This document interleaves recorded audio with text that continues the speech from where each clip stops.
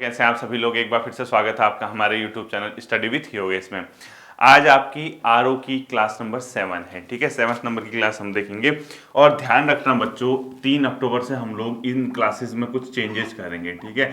Changes in the sense कि आप लोगों को घर पे क्या क्या टॉपिक करना है, क्योंकि हमारे पास अक्टूबर का पूरा महीना है, नवंबर का पूरा महीना है और दिसंबर आधा है। यानी आप मान के चलिए कम से कम 75 डेज बहुत होता है। प्रीलिम्स के लिए इतने डेज मिलना अपने आप में काफ़ी है। बस आप लोगों को क्या करना होगा, घर पे टॉपिक तैयार करने होंगे, ठीक है। मैं आपको यहाँ से बता दूंगा कि आज इस टॉपिक को तैयार रखना। तो आप अपने स्तर पे अगर उसको घर पे तैयार रखोगे तो आपको एक कॉन्फिडेंस आएगा। वरना होता क्या है ना, किताबें खोलो यार, कभी दिमाग कहीं भटकता है, कभी कहीं भटकता है, तो हो नहीं पाती चीज़ें। यानी अपने आप में जो आप पढ़ना चाहते, तो हर कोई पढ़ना चाहता है, मैं गाइड नहीं भी करूंगा तब भी पढ़ेंगे, लेकिन होता क्या है, एक प्रॉपर डायरेक्शन मिल जाए कि आज ये टॉपिक पढ़ना है, टारगेटेड होगा तो स्टडी बहुत बेहतर हो जाती है। वरना क्या होता है, मन भटकते रहता, कभी हिस्ट्री खोल दी, कभी ज्योग्राफी खोल दी, कभी इकोनॉमी खोल दी, तो ऐसे नहीं चल पाता, ठीक है। आज की क्लास में आपका देखना मैथ्स वाला जो पोर्शन है बच्चों, उसका नेक्स्ट टाइप लिखना। आप क्या लिखोगे, नेक्स्ट टाइप, ठीक है। अब एक चीज ध्यान करना, दो तीन क्लासेस पहले मैंने आपको एक क्वेश्चन पढ़ाया था। एक कार की कीमत, ध्यान सुनना, 20% बढ़ जाती है। पहले 20% बढ़ती है, फिर 20% घटती है, तो ओवरऑल परसेंटेज चेंज कितना है, प्रतिशत बदलाव कितना है। यानी पहले बढ़ी फिर घटी, ओवरऑल आपका जो वो था मेन जो उसके रेट थे उसमें कितने चेंजेज आए, परसेंटेज। मैंने कहा था एक 100 मान लेना, ठीक है। उसी टाइप के क्वेश्चन है, लेकिन आप वो 100 मानने वाला छोड़ के इस तरीके से उस क्वेश्चन को करना है, ठीक है। टाइप क्या होगा, वस्तु में प्रतिशत बदलाव। इसकी हेडिंग आपको लिखनी है बच्चों, कुल प्रतिशत बदलाव। यानी इसमें हमने क्या निकालना है, कुल प्रतिशत बदलाव, ठीक है।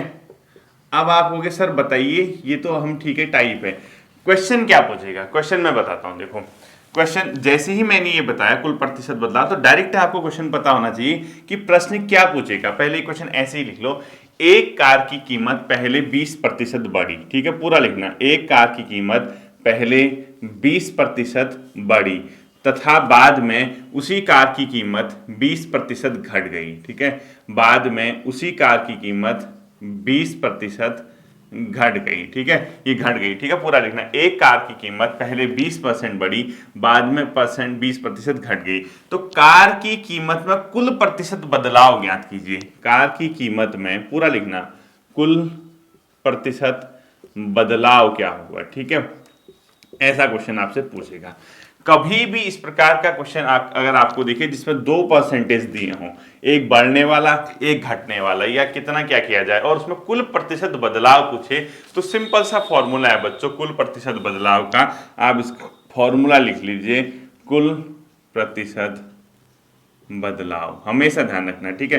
कुल प्रतिशत बदलाव होता है बच्चों, पहला वाला जो दिया होगा प्लस दूसरा वाला जो दिया होगा, प्लस दोनों को आपस में इंटू करोगे, अपॉन 100 कर दोगे, इससे आपका निकल जाएगा, ठीक है। अब देखना, जब कभी भी बढ़ोतरी होगी उसको प्लस में लिखोगे, तो यहाँ ए की वैल्यू क्या है, देखिए ए क्या है, एक कार की कीमत 20% बढ़ गई, बढ़ना मतलब प्लस हुई, तो ए की वैल्यू है +20, ठीक है। उसके बाद में 20% घट गई, बी की वैल्यू कितनी है, -20। ए मिल गया, बी मिल गया, इसको सॉल्व कर लो, ठीक है। तो इसको सॉल्व करोगे कैसे आएगा, कुल प्रतिशत बदलाव जो, ए की जगह क्या रखोगे, 20 रखोगे, बी की जगह कितना रखोगे, -20 रखोगे, प्लस ए बी यानी 20 × 20, ठीक है। यानी ए बी मतलब 20 × -20, यही तो करोगे। ए की वैल्यू 20, बी की -20 अपॉन 100। अब बताइए 20 में 20 घटा 0 हो गया, 20 से 20 को इंटू करो आप 400, लेकिन साइन किसका है, माइनस का, ये तो कैंसिल हो गया ना, 20 में 20 घटा 0 हो गया। अब इसको सॉल्व करो, 20 को 20 से इंटू करो 400, लेकिन प्लस माइनस में माइनस का साइन है तो -400, ठीक है, -400 अपॉन 100। 400 को 100 से डिवाइड करोगे तो कितना आएगा, -4। अब इसका आया आंसर बच्चों -4। माइनस है इसीलिए क्या होगा, कार की कीमत में 4% की क्या आ गई, कमी आ गई। अगर ये प्लस साइन होता, माइनस नहीं होता, तो आंसर होता कार की कीमत 4% बढ़ गई। तो इसका आंसर क्या होगा बच्चों, 4% कमी। कमी क्यों लिखा मैंने, क्योंकि आंसर हमारा किस में आया, माइनस में आया। इस तरीके से ये सिंपल फॉर्मूला है a plus B plus A B upon 100, यानी कभी भी 2 परसेंटेज दिए हों जिसमें एक बढ़ोतरी से संबंधित है, एक कमी से संबंधित है और कुल प्रतिशत या कुल चेंज परसेंट पूछेगा, तो फॉर्मूला सीधे सीधे लगा दीजिएगा a plus B plus A B upon 100। ठीक है, क्या लगाओगे, a plus B plus A B upon 100। ठीक है, ऐसा फॉर्मूला लगाओगे। तो अब इसको हम लोग क्वेश्चन के रूप में देखते हैं। तो क्वेश्चन लिखो पहला, चीनी की कीमत में 25% बढ़ोतरी होने पर, पूरा क्वेश्चन लिखना है। ठीक है, शुगर यानी चीनी की कीमत में 25% बढ़ोतरी होने पर, ठीक है, यानी चीनी की रेट क्या हो गया, 25% बढ़ गई। ठीक है, बढ़ोतरी होने पर चीनी के उपभोग में कितनी कमी की जाए, यानी चीनी कितनी कम खरीदी जाए। मतलब ये तो मैंने छोड़ो, ये वाला क्वेश्चन तो मैंने कराया था, इस परसेंट प्रकार से मत लिखो। आप इसका दूसरा क्वेश्चन लिखना है। ठीक है, सॉरी आपके लिए ये क्वेश्चन, मतलब ये तो वो हो गया ना, जैसे मैंने इस टाइप का नहीं करना, हमें क्वेश्चन लिखना है आप लोग। पानी का टैक्स 20% बढ़ने पर, पानी का टैक्स 20% बढ़ने पर, ऐसे लिखना क्वेश्चन। ठीक है, उत्तर कैंसिल कर देना।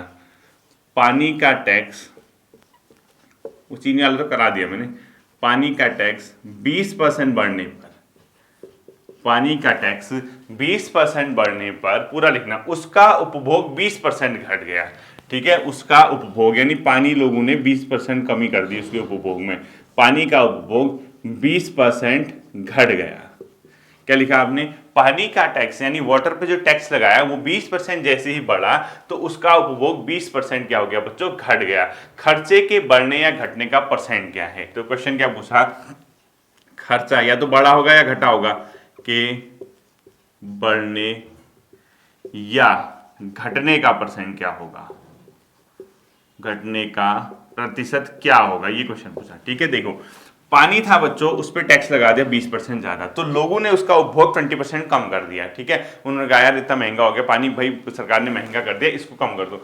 तो उनका जो खर्चा आता था परसेंट, मतलब जो पानी पे, वो बढ़ा या घटना, वो कितना परसेंट बढ़ा या घटा, उनको पता नहीं कि या तो बढ़ा होगा या घटा होगा। अब आंसर कैसे पता चलेगा, माइनस में आया तो खर्चा घट गया होगा, प्लस में आया तो खर्चा बढ़ जाएगा। ठीक है, तो देखो मैंने क्या कहा, जब 2% दिए हों, 2% दिए हों और पूछेगा खर्चे के बढ़ने या घटने का परसेंट, तीसरा परसेंटेज पूछेगा कि कमी हुई या बढ़ोतरी हुई, तो ऐसी जगह हमेशा ही। अब यहाँ पे ए क्या है, देखिए कि पानी का टैक्स 20% बढ़ा यानी +20, बढ़ने पर बी कितना हो गया, उपभोग में 20% की कमी आई, बी कितना होगा -20।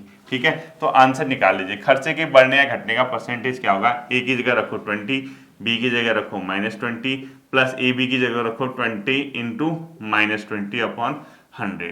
ठीक है, अभी सॉल्व किया था, ये 0 हो गया, ये 400/4 हो गया -4, यानी -4 आ रहा है, अर्थात 4% की कमी।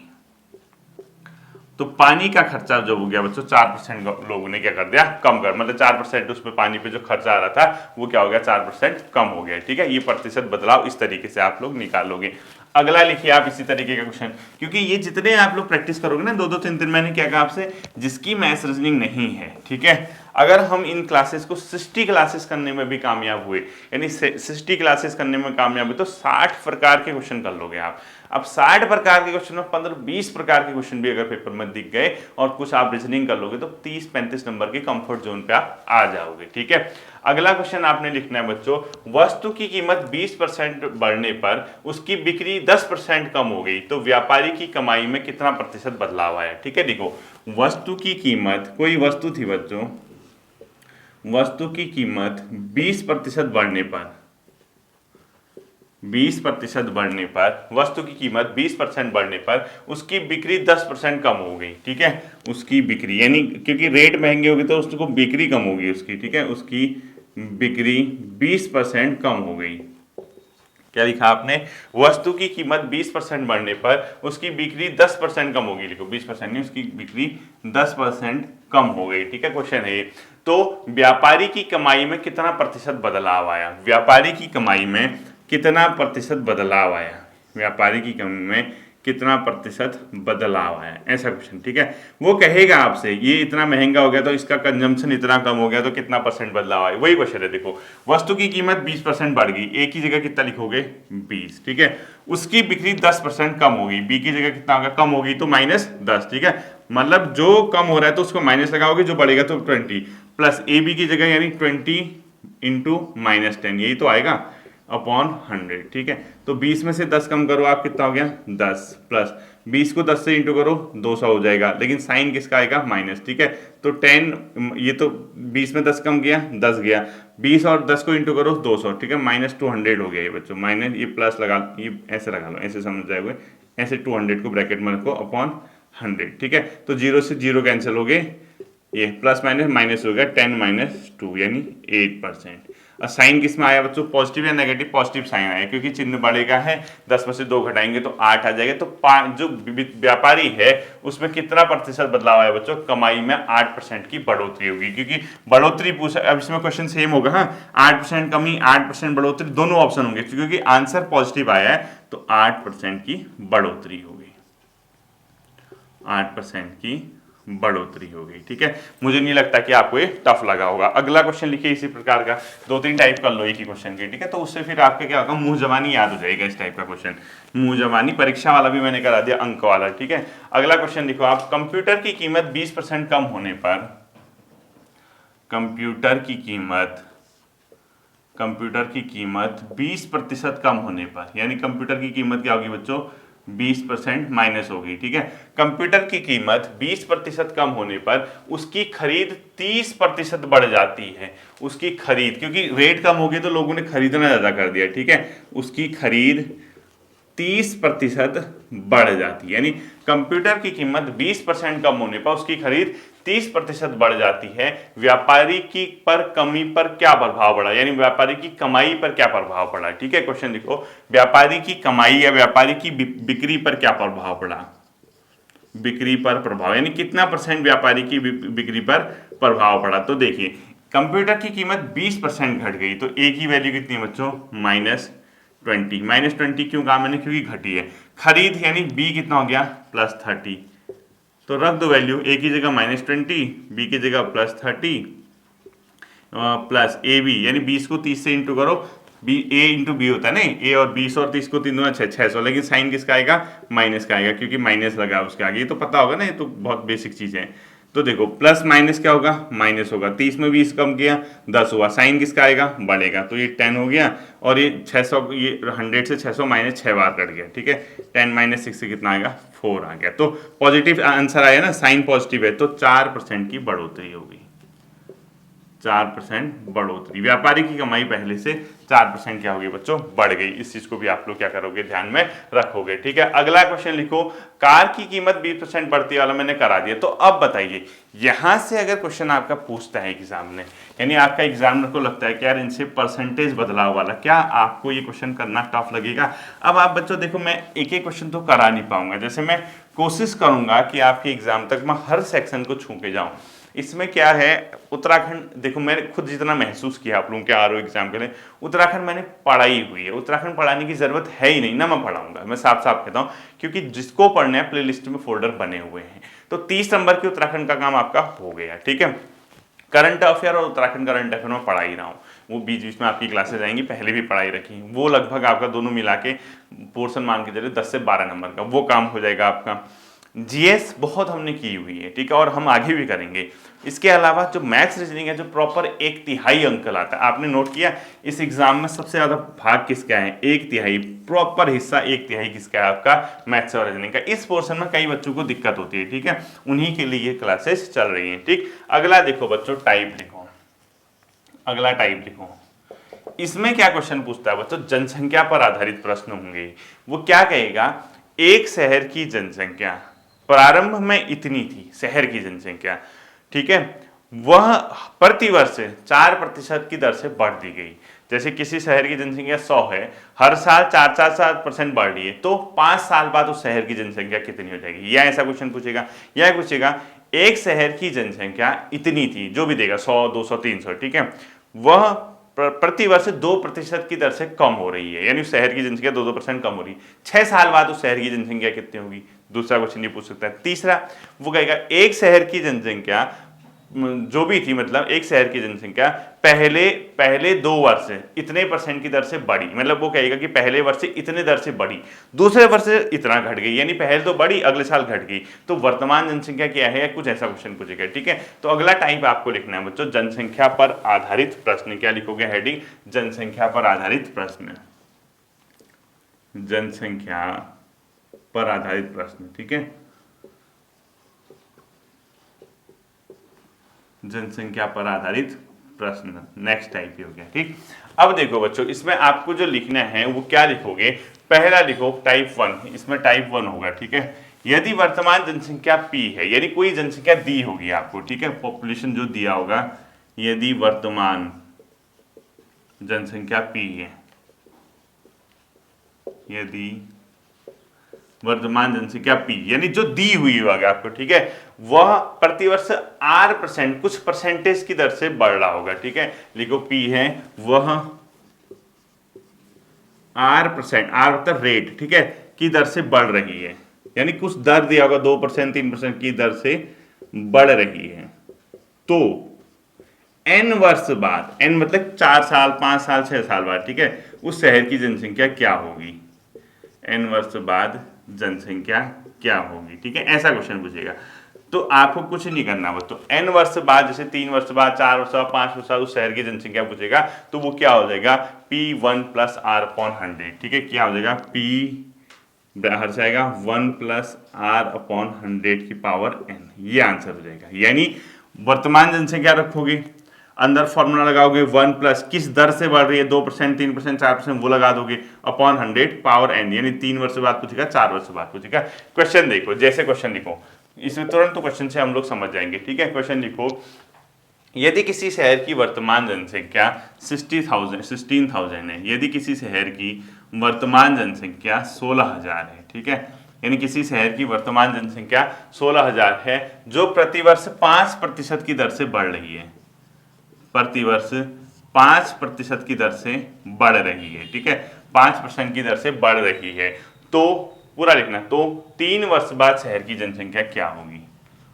3 वर्ष बाद शहर की जनसंख्या क्या होगी? अब देखिए, आपको पता है जब कभी शहर की जनसंख्या दी हो, कुछ परसेंट की दर से बढ़ रही और कुछ वर्ष बाद पूछे, तो सीधे सीधे फॉर्मूला है, तो ये क्या हो गया? अपने आप में P हो गया 16,000, ये कितना हो गया? R है, कितने वर्ष बाद पूछ रहा है? N पूछ रहा है। ठीक है, यही तो लगाओगे, तो लगा दो, P की जगह कितना लगाओगे? 16,000, फॉर्मूले में रख दो, 1 + R कितने परसेंट की दर से बढ़ रही है? 5/100 की पावर n, n 3 वर्ष बाद। ठीक है, तो इसको सॉल्व करना है। देखो 16,000 तो ऐसे ही आएगा,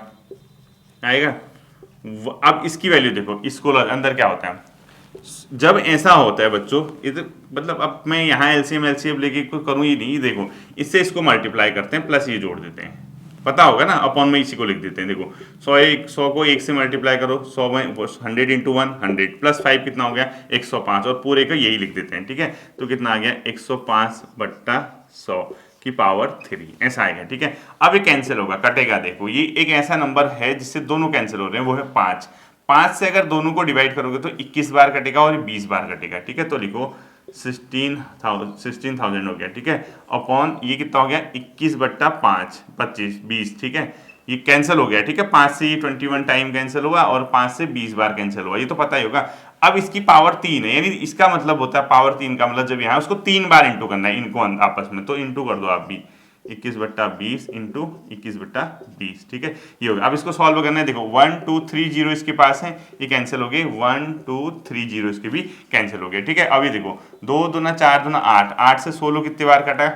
2 बार, तो ये आंसर कितना होगा? 21 × 21 × 21 इंटू, देखो 2 2 2 है ना, 1 2 4 और 8 हो गया, 8 से 16 2 बार कैंसिल हुआ, तो ये 2 ऊपर आ जाएगा। ठीक है, तो इसको जब आप सॉल्व करोगे, अब सॉल्व तो खुद ही करना पड़ेगा बच्चों, अब सॉल्व मैं ही करूँ ये संभव नहीं है। ठीक है, इसको जो भी सॉल्व करके आपका आएगा आप लोग चेक कर लेना है। ठीक है, सॉल्व कैलकुलेशन आपकी करनी है, 18,000 कुछ इस टाइप से कुछ आएगा, 18,800 जो भी आता है आपका, इसको सॉल्व कर लेना है। ठीक है, इसी तरीके से देखो, यदि क्वेश्चन पूछे टाइप, यदि वर्तमान जनसंख्या P है, ठीक है, अब इसी में टाइप 2 जो आता है, बताओ। देखो वर्तमान जनसंख्या P वो R% की दर से बढ़ की जगह घट हो जाएगा, यानी R% की दर से घट रही है, तो n वर्ष बाद जनसंख्या क्या होगी, घट रही है, तो यहाँ पे माइनस आ जाएगा और कुछ नहीं करना है आपको।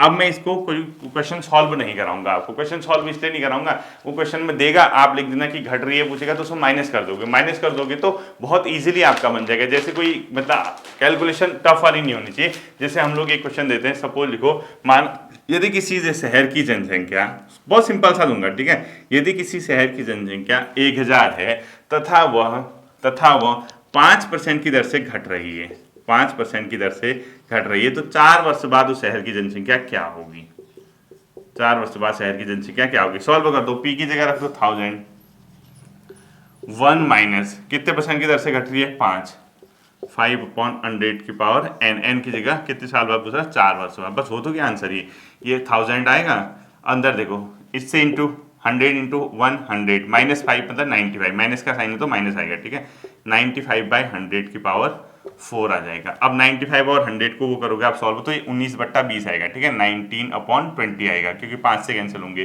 तो सॉल्व करने में क्या आ जाएगा आपका, ये आ जाएगा, देखिए 1000 अपॉन ये 19/20 को 4 बार इंटू करना है, 19/20, 19/20, 19/20 और 19/20 सॉल्व कर देना इसको। इसके 3 जीरो कैंसिल हो गए, इसके भी 1 2 और 3 जीरो कैंसिल हो गए, तो नीचे कितना आ गया, 2 दूना 4 दूना 8, तो ये आया, और 20 को 8 से इंटू कर दोगे, ठीक है, 20 और 8 को इंटू जितना भी करोगे 160, तो ये देखो ये आंसर आएगा 19 एंड 19/20 को ये होगा, 2 दूना 4 दूना 8 और 20 और 8 कितना होता है 160। इसको सॉल्व करके, ये मैं सिर्फ एक रफ डायग्राम बता रहा हूँ कि आपको इस टाइप का क्वेश्चन आ सकता है, मतलब इस चीज को ध्यान में रखना, अगर ऐसा क्वेश्चन अगर पेपर में आ जाएगा तो आप इसको कैसे करोगे, ठीक है, तो ये इजीली कर लोगे। वर्तमान जनसंख्या 20% की दर से घट रही है, तो आप इसको कैसे निकालोगे, ठीक है।